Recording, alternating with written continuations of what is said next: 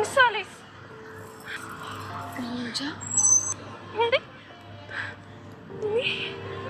ምሳሌስ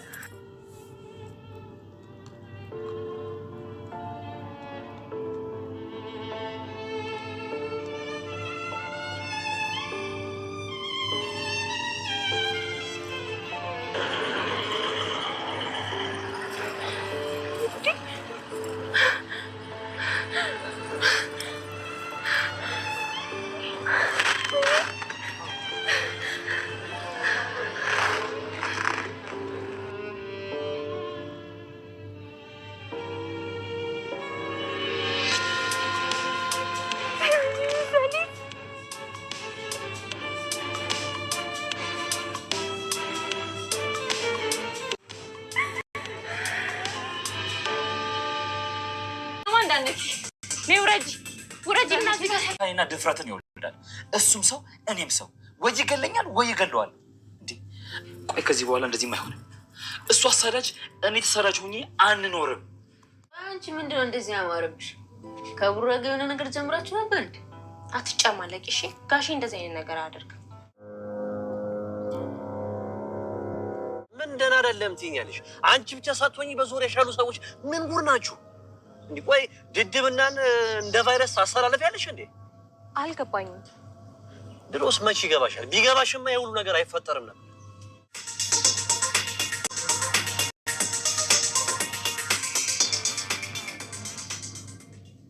እና ልጁን አሳክሞ ነገ ይመጣል ነው የምትይ? አዎ የዳነች ልጁን ይዞ ነገ ይመጣል። እና አንቺ ምንድን ነው የፈለግሽው? እናቴ ትሙት ብሩክ ጀግና፣ እናቱ የወለደች ጀግና። ይኸው እናቴ እንደዛ አጨብጨብ ይልታል። ምን ወንድ ብቻ ይገልጿል እንዴ? ጀግና ወንድ ነው። አንቺን ሜዳ ላይ አስጥቶሽ ጓደኛውን ክዶ ከኔ አምልጦ ልጁን ይዞ አሳከመ። አሬ ወንድ ነው። እናቱ ወልደዋለች። ሰፈሩ እኮ ፈርሷል።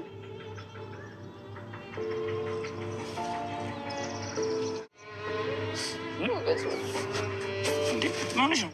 ስነ ስርዓት ይዘሽ ታልክሽ ነው ስሚኝ። እንኳን ደስ አላችሁ ውድ ቤተሰቦቼ። እንግዲህ በዛሬው ክፍል ደስ በሚል ቪዲዮ መተናል። ላይክ ማድረጋችሁን አትርሱ። እስከመጨረሻ በማየት ሀሳብ አስተያየታችሁን አስቀምጡልን ውድ ቤተሰቦቻችን። እንግዲህ ዛሬ ብሩክ እና ምሳሌ ወደ ሀገራቸው በሰላም ገብተዋል።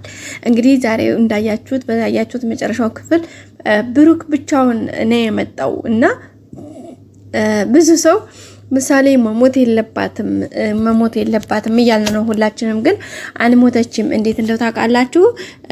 እሱ አውቆ ነው ሆን ብሎ ሰርፕራይዝ ለማድረግ ፈልገው ነው። እሷ በጎን ተሸሽጋ ነው እንጂ መታለች ማለት ነው። ምክንያቱም እሷ አልሞተችም፣ ሕክምናዋንም በሰላም ጨርሳለች ማለት ነው። እንግዲህ ቅድስቴና ዳጣ በጣም ነው የደነገጡት እንዳያችኋቸው። እንኳን እነሱ ቀርቶ እኛም ራሳችን ደንግጠናል። ራሱ በጣም ነው የደነገጥኩት። ግን እንደዛ አይደለም ነገሩ። በጣም ደስ በሚል ሁኔታ በሰላም መጥተዋል ማለት ነው። ሕክምናዋን ጨርሳ እየሳቀች ነው የተመለሰችው ማለት ነው። እንግዲህ ሁላችሁም ሀሳባችሁን አስቀምጡ፣ የግል አስተያየታችሁን። ግን እኔ እንደዛ ነው የምለው። አውቆ ነው ብሩክ ጋር ተመካክረው ሰርፕራይዝ እንድታደርጋቸው ያኔ ማለት እሱ ፕራንክ እያደረጋቸው ነው ማለት ነው። በጣም ነው የደነገጡት ምናምን። ያው ታውቃላችሁ በቃ ወይኔ ጨነቀን ምናምን እያሉ ነበር የሄዱት የነበረው እነሱ ራሱ ኤርፖርት ድረስ ለመሄድ ሲሄዱ እንኳን ራሱ እንግዲህ እዛ ደግሞ ብቻውን ሲያዩት በጣም ነው የደነገጡት። እነሱ ብቻ ሳይሆን እኛም ደንግጠናል። ግን እንደዛ አይደለም። ምሳሌ ታክማ ዲናለች እላችኋለሁ እኔ እህታችሁ ማለት ነው። እና አብሽሩ፣ ምንም የተፈጠረ ነገር የለም። ያው ለነሱም ፕራንክ ማድረግ ስለፈለጉ ነው እንጂ ከሌላ አንፃር አይደለም ማለት ነው። እሱም ብቻ ሳይሆን ሞገስም ሄዷል ኤርፖርት። ግን በቅርብ ርቀት ነው ያለው ማለት ነው። ለምን አንደኛ ፊት ለፊት መቅረብ አልፈለገም። ሁለተኛ ደግሞ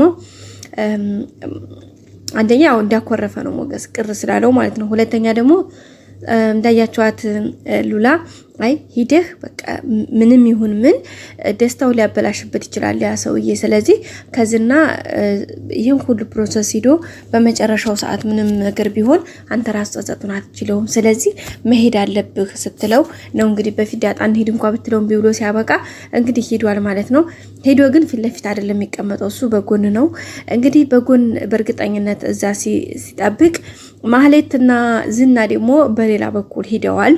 ለምን እዛ ሄደው የእሱን ደስታውን ለማበላሸት ተሳክቶለታል አልተሳካለትም። መጀመሪያ ልጅን ይዟል አልያዘም ብለው ሲጠብቁ እሱን የመጀመሪያው እሱ ነው። ሁለተኛ ደግሞ በራሳቸው መንገድ ተከታትለው ማለት ሞገስ ይቀበለዋል ብለው ስላሰቡ ነው የሄዱት ማለት ነው። ሞገስን እዛ ካዩ አጋቾቹን ሰዎች ይዘው አብረው ሄደው ሞገስን እንዲከታተሉት ያደርጋሉ። ግን እነሱም አይሳካላቸውም። ለምን እንደማይሳካላቸው ታውቃላችሁ?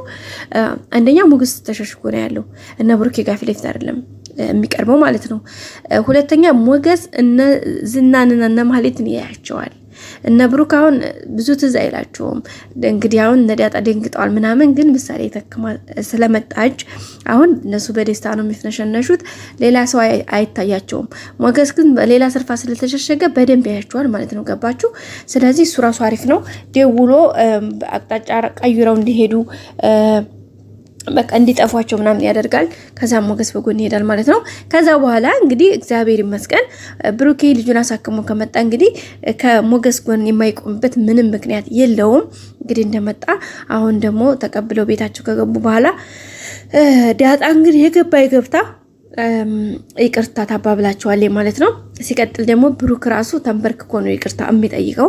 በዛ ላይ ሉላም ትገፋፋለች። ሉላ እንግዲህ እንዳያቸዋት አንተ ትልቅ በደል በድልኸው ይቅርታ አድርጎልህ አያውቅም ነው ያለችው ማለት ነው።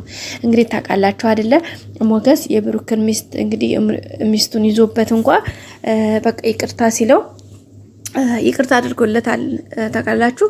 ስለዚህ እንግዲህ ሉላም ያንን ነገር ስለምታውቅ ለዛ ነው እንግዲህ ይሄን ይቅርታ አድርጎልህ አያውቅም ወይ? አየህ እኔ አለሁ አሁንም። እሱ ግን ልጁ እስካሁን አትኖርም ነበረ እኔ ባሌር ኖሮ እያለችው ነበር ማለት ነው። ቢሆንም እኔ ብሩክ የሚመጣብኝ ዝናን ይዞ ፊት ለፊት በሬን አንኳኩቶ ሲመጣ ያ ያለው ስሜት መቼም ሊጠፋልኝ አልቻለም እያላት ነበረ። ግን ሉላ ደግሞ አሁን ከጎኑ ስለሆነች ታው እንደዛ አይደለም ይሄ አይሆንም የሚሆነው እንደዛ አይደለም እያለች ስለምትመክረው ስለምትቆጣው አሁን እርግጠኛ ነኝ ምንም አይነት ክፉ እንትን አይሰማውም ማለት ነው። እንግዲህ ይታረቃሉ። ከብሩክና ሞገስም እንደወድሯቸው ወንድማማችነታቸው ይመለሳል። ከዛ በኋላ ብሩክና ሞገስ አንድ ላይ ሆኖ ዝናን እንግዲህ የማሳደር ስራ ነው። ሌላ ማህሌት እንግዲህ ያው በጣም እየተናደደች ነው ያለችው። ዝና እዚህ ጋር ንቋታል።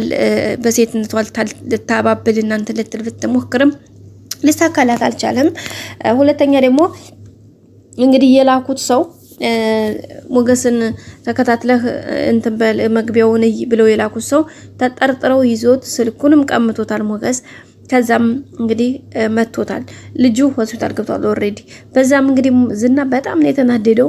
አንቺ እንደ ቫይረስ ሰዎች ላይ እንትን ታስተላልፊያለሽ እንደ እያላት ነው። አቤት ማለትን እኮ እንዴት ነው የሚሰርባት በስማ እና አሁን ራሱ ብሩክ እኮ ነገ ኤርፖርት ሊገባ ነው፣ አዲስ አበባ ኤርፖርት ይገባል ስትልናስ በቃ አጨበጨበ ማለት ነው። ዝና በቃ ተሳካለት። አየሽ አንቺን ሜዳ ላይ ጥሎ ሞገስን እዛ ጋር እንደዛ አድርጎ እኔን ደግሞ ከኔ እጅም አምልጦ እንግዲህ ልጁን አሳክሞ መጣ። ማን ነው ብሩክ ማለት ጀግና እናት የወለደችው ጀግና ነው ብሎ እንግዲህ አጨብጭቦለታል ማለት ነው። ሳባት ሲል ደግሞ ለሞገስ የሚያጨበጭባል እንደሚያጨብጭብ ታውቃላችሁ። ሚስቱን ቀምቶ ሲቀር ወዶ ሳይሆን በግዱ ያጨበጭባል ማለት ነው። ጀግና ማለት በቃ የሚፈልገው የሚያደርግ ነው። ስለዚህ ብሩክ በቃ ብዙ መስዋዕትነቶችን ከፍሎ ልጁን አሳከመ ታውቃላችሁ። ስለዚህ ሞገስ ደግሞ በሚችለው መንገድ አሁን መስዋዕትነት ከፍሎ ሚስቱን እጁ ውስጥ ገብቷል ወይም የሚወዳትን ፍቅረኛውን። ስለዚህ ከዚህ በኋላ ደግሞ የሚከፈለውን ሁሉ ከፍሎ የራሱ ነው የሚያደርጋት። ስለዚህ እሱ የራሱ ካደረጋት ደግሞ ኦልሬዲ የራሱ ከሆነች ማንም እንትን ሊለው የሚችለው ሰው የለም ማለት ነው።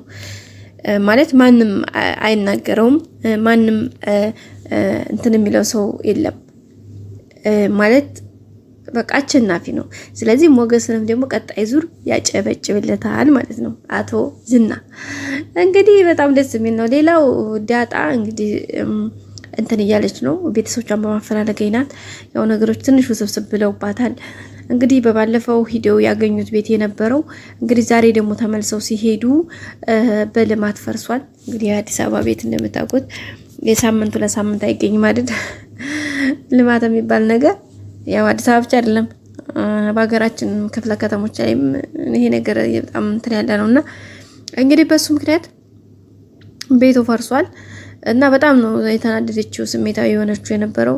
እንግዲህ አብሽሪ ነው፣ እንደዛ አይደለም፣ ተረጋጊ፣ ያለው ነገር የሚሆነው እንደዛ አይደለም፣ መሆን ያለበት በዚህ መልኩ ነው ምናምን ብሎ አረጋግቷታል ሞገስ ማለት ነው።